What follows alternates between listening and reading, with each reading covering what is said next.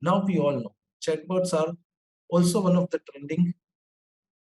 It is a trending technology which almost all the organizations have been implementing. But there are some certain use cases. I'll give one use case. User reset. Let's say employee wants to reset its password, employee's password. Employee forgot, and now what is the normal way of doing? Now most of the organization, they just send an email or raise some service ticket or something like kindly reset my password. The person who is responsible reads the email, they go manually to the system and reset the password.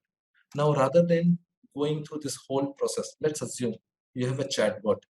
In the chatbot you give a, okay, you have an option, reset the password. You give the you select the option, you give your user ID, and there is an RPA bot behind that, which can take the user, can log into your system, can set the password, and give it to back saying that your password has been reset.